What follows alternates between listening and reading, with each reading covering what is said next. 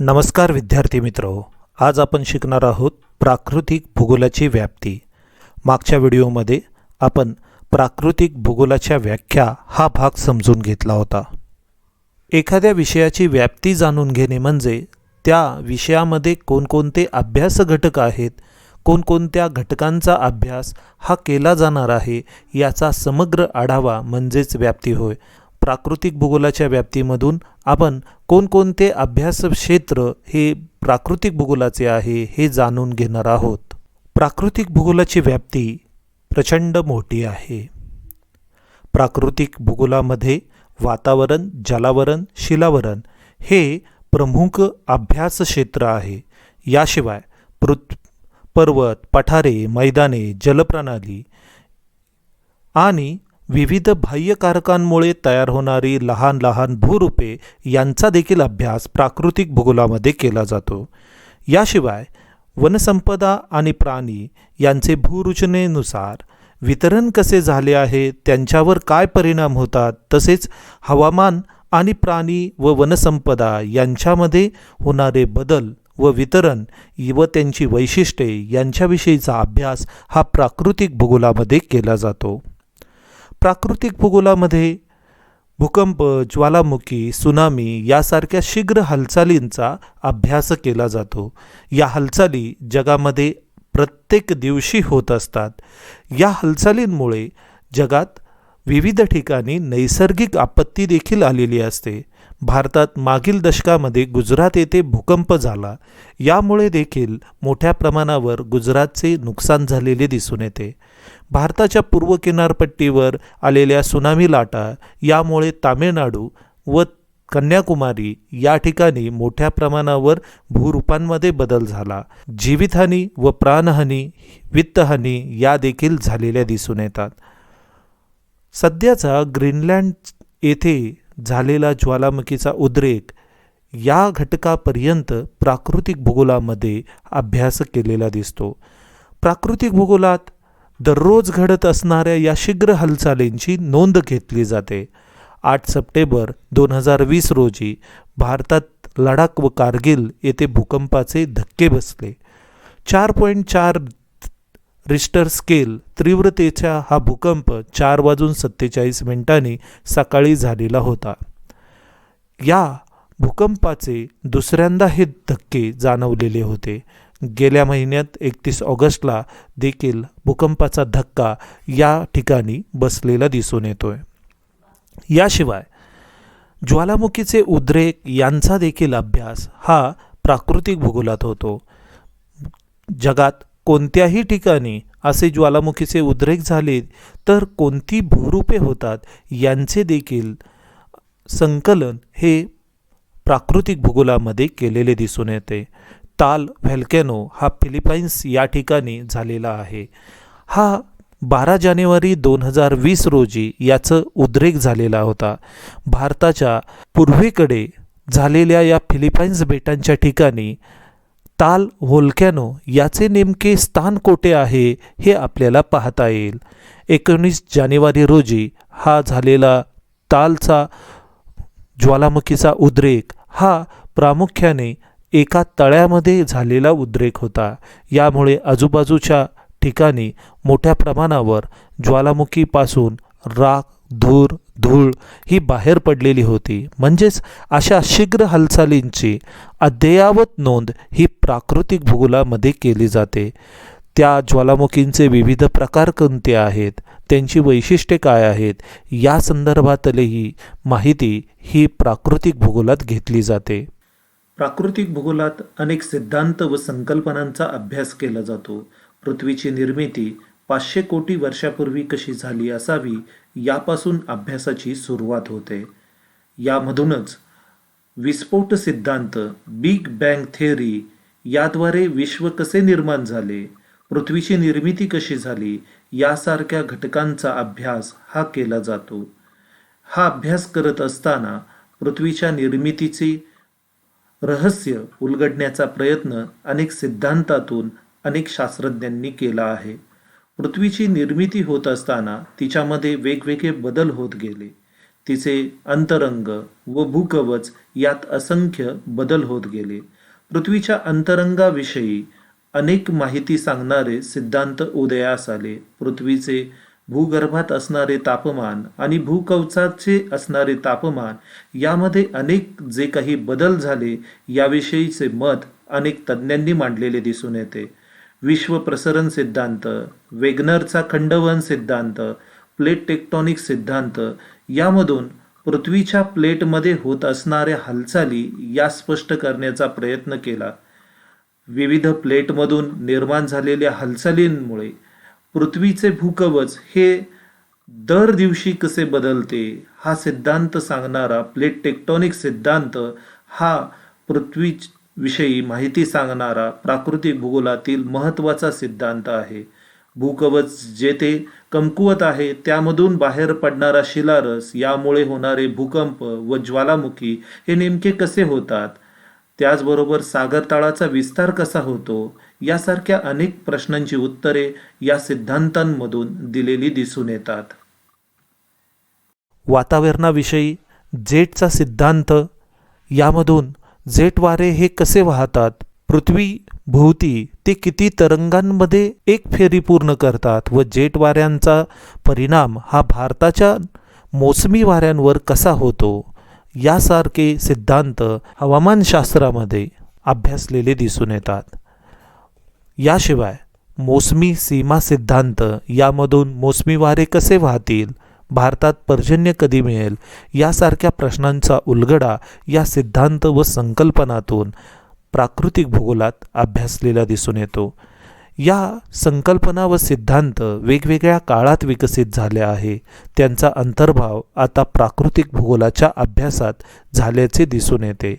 यामुळे प्राकृतिक भूगोलाच्या ज्ञानात दरवर्षी अशा पद्धतीने भर पडत असल्यामुळे प्राकृतिक भूगोल हा गतिशील बनलेला दिसून येतो. प्राकृतिक भूगोलात अंतराळाचा अभ्यास केला जातो. विविध देशांनी 1969 सालापासून उपग्रह हे अवकाशात सोडलेले दिसून येतात. या उपग्रहांबरोबरच विविध अंतराळ मोहिमा या देखील विविध देशांनी केलेल्या दिसून येतात. भारताची चंद्रयान, मंगलयान या मोहिमेमधून अद्ययावत माहिती ही भारताकडे या ग्रहांविषयी प्राप्त झालेली दिसून येते. अशा ग्रहांची परिभ्रमण कक्षा किती आहे, त्यांचे एकमेकांपासून अंतर कसे आहे व त्यांचे परिणाम हे विविध ग्रहांवर व तारकांवर कसे पडतात, याच्याविषयीची माहिती ही प्राकृतिक भूगोलात केली जाते. प्राचीन काळापासूनच भारतासारख्या देशामध्ये अशा खगोलविषयक ज्ञानाची भर ही मोठ्या प्रमाणावर पडली. दिल्लीतील जंतर मंतर, जयपूर येथील जंतर मंतर यामधून प्राचीन काळापासून प्राकृतिक भूगोलातील अंतराळाचा अभ्यास हा होत आहे हे आपल्याला समजून येते. प्राकृतिक भूगोलामध्ये नैसर्गिक बदलांचा अभ्यास केला जातो. विविध भूरूपे ही काळानुसार विकसित होत असतात, त्यांच्यात बदल होत असतात. यामुळे निसर्गातही बदल होतात. त्याचबरोबर प्रत्येक वर्षी ऋतुमान हे देखील बदलत असते. पावसाळा, उन्हाळा, हिवाळा हे जरी ऋतू असले तरी दरवर्षी त्यांच्यामध्ये सारखेपणा आढळून येत नाही.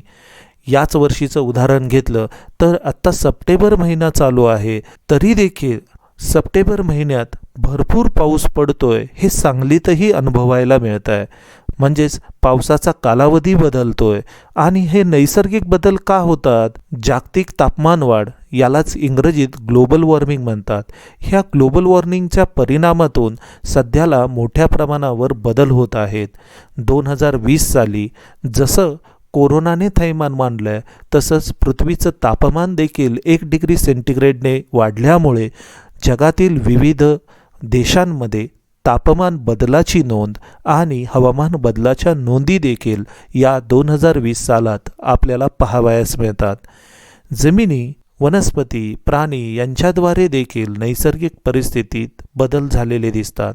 मानव या नैसर्गिक परिस्थितींमध्ये बदल घडवण्यास अप्रत्यक्ष व प्रत्यक्षपणे जबाबदार असतो. त्यासाठी नैसर्गिक परिस्थितीचा क्षेत्रीय वितरणाचा तौलनिक अभ्यास हा प्राकृतिक भूगोलात केला जातो. हा अभ्यास करताना विश्लेषणात्मक अभ्यास पद्धत ही वापरावी लागते. यामधून प्राकृतिक भूगोलाची व्याप्ती ही आपल्याला समजून येते. प्राकृतिक भूगोलामध्ये विविध वातावरणीय आविष्कार यांचा देखील अभ्यास केला जातो. प्राकृतिक भूगोलात निसर्गचक्र यांचा अभ्यास केला जातो. पृथ्वीवर प्राप्त होणारी ऊर्जा ही सौर ऊर्जेमुळेच उपलब्ध होते. सौर ऊर्जेमुळे तापमान, पर्जन्यमान व हवामान व याखेरीज विविध वातावरणीय आविष्कार आपल्याला पाहावयास मिळतात. वातावरण हा पृथ्वीचा अविभाज्य घटक आहे. या वातावरणाची घटना कशी आहे, संरचना कशी आहे, हवेचे विविध घटक कोणते आहेत, वायू, जलबाष्प व धूलिकण यासारख्या हवेच्या विविध घटकांचा अभ्यास प्राकृतिक भूगोलात सखोलपणे केला जातो. पृथ्वीवर असणारं हे जे वातावरण आहे हे गतिमान आहे. त्याच्यामध्ये कायमस्वरूपी बदल होतात. दररोजच्या जीवनामध्ये आपलं असंही निरीक्षण असतं की दररोज असणारं तापमान किंवा वातावरण हे सारखंच नसतं. आज वातावरण ढगाळ आहे, आज वातावरण निरभ्र आहे, या संज्ञा आपण दररोजच्या जीवनामध्येही वापरतो. जागतिक तापमान वाढ व त्यामुळे झालेले परिणाम यांचा देखील अभ्यास हा आपल्याला केलेला दिसून येतो. यापूर्वी पावसाविषयी एक संकल्पना निश्चित झालेली होती की भारतातील सर्वात जास्त पावसाचं ठिकाण म्हटलं तर आपण चेरापुंजी याचं नाव घेतलं जात होतं. मात्र सध्याला सातारा येथील पाथरपुंज या ठिकाणाची नोंद सर्वाधिक एक दिवसाचा पाऊस पडणारं ठिकाण म्हणून झालेली दिसून येते. म्हणजेच वातावरणामध्ये हे बदल हे सातत्याने होत असलेले दिसतात. पुढारी या दैनिकामध्ये पाथरपुंज हे विक्रमी पावसाचे नवे ठिकाण याची नोंद घेतलेली दिसते. सध्याला 2019 साल व 2020 सालामध्ये संपूर्ण देशामध्ये सर्वाधिक पावसाचं ठिकाण म्हणून सातारा, सांगली आणि कोल्हापूर यांच्या बॉर्डरवर असणारं पाथरपुंज हे ठिकाण प्रसिद्धीस आलेलं दिसून येतं. चेरापुंजीपेक्षा अधिक पाऊस या ठिकाणी पडतो हे आपल्याला यावर्षी समजून आलं. याची देखील नोंद ही प्राकृतिक भूगोलामध्ये घेतलेली दिसून येते. प्राकृतिक भूगोलामध्ये निसर्गचक्र व भूगर्भाचा अभ्यास केला जातो. निसर्गामध्ये अनेक चक्र ही होत असतात. यापैकी जलचक्र हे महत्त्वाचे चक्र आहे की ज्याच्यामुळे आपल्याला गोड्या पाण्याचा पुरवठा मिळतो, नद्यांना पाणी उपलब्ध होते. पर्यायाने शेती व्यवसायासाठी हे निसर्गातील जलचक्र अत्यंत महत्त्वाचे आहे. जलचक्रामुळेच सजीवसृष्टी ही उदयास आलेली दिसून येते. या जलचक्राचा अभ्यासही या प्राकृतिक भूगोलात झालेला दिसून येतो. जलावरणामध्ये अनेक बदल होत असतात. जलावरण हे नद्या, समुद्र, महासागर यांचे बनलेले आहे. पृथ्वीचा सर्वाधिक भूपृष्ठभाग हा जलावरणाने व्याप्त आहे. तो 71% अधिक आहे. म्हणजेच यावरून आपल्याला समजतं की प्राकृतिक भूगोल हा केवळ भूभागाचाच अभ्यास करत नाही तर जलावरणातील समुद्राचा तळ कसा आहे, सागर तळाशी अनेक बेटे, पर्वत, पठारे, मैदाने ही देखील असतात. सागरामध्येही अनेक हालचाली होत असतात. या हालचालींचा अभ्यास, अनेक सागरी प्रवाहांचा अभ्यास, याशिवाय सागरी लाटांमुळे तयार होणारी भूरूपे यांचा देखील अभ्यास प्राकृतिक भूगोल हे करत असलेलं दिसून येतं. प्रत्येक वर्षी मोठ्या प्रमाणावर मृदाधूप होत असते. मृदाधुपीवर अनेक उपाययोजना सुचवण्याचं कार्य देखील या प्राकृतिक भूगोलात केलेले दिसून येतं. वनस्पतींच्या वाढीसाठी पाण्याची आवश्यकता असते. या पाण्याची काही ठिकाणी कमतरता आहे तर काही ठिकाणी मात्र पूर परिस्थिती दरवर्षी आलेली दिसून येते. उष्णतेच्या अंदाजपत्रकानुसार त्या ठिकाणी पाण्याची काय कमतरता होईल व त्या ठिकाणी निसर्गचक्रात नेमके काय बदल होतील याचा अंदाज देखील प्राकृतिक भूगोलात घेतलेला दिसून येतो. भूहालचाली, भूस्तरांमधील घडामोडी, मृदा, खनिजे यांचा समग्र अभ्यास हा प्राकृतिक भूगोलामध्ये झालेला दिसून येतो. प्राकृतिक भूगोल हा मानवी भूगोलाच्या अभ्यासाचा पाया आहे.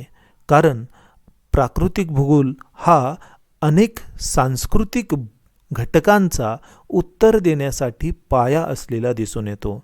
निरनिराळ्या देशातील लोकांचे जीवनक्रम यामध्ये फरक हा प्राकृतिक भूगोलाच्या अभ्यासामधूनच दिसून येतो. संक्रांत, कालबैसाखी, होळी, दिवाळी यासारखे सण भारतात साजरी केले जातात.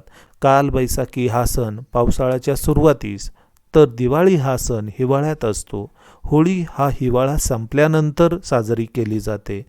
यावरून प्राकृतिक भूगोल आणि समाजशास्त्र यांचा जवळचा संबंध आहे व समाजशास्त्राचा संपूर्ण अभ्यास करण्यासाठी प्राकृतिक भूगोल अभ्यासणे हे गरजेचे ठरते, हे यामधून स्पष्ट होते. याशिवाय अनेक प्रश्नांची उत्तरे देण्यासाठी प्राकृतिक भूगोलाचा अभ्यास करावा लागतो. भारतात नव्हे तर प्रत्येक देशामध्ये संरक्षण हा महत्त्वाचा घटक आहे. हे संरक्षण व्यवस्थित करायचे असेल तर आपल्या भूभागांची, जलभागांची माहिती ही अद्ययावत असणं आवश्यक असतं. त्यामुळे प्राकृतिक रचना समजल्याशिवाय आपण आपल्या देशाचे संरक्षण करू शकत नाही.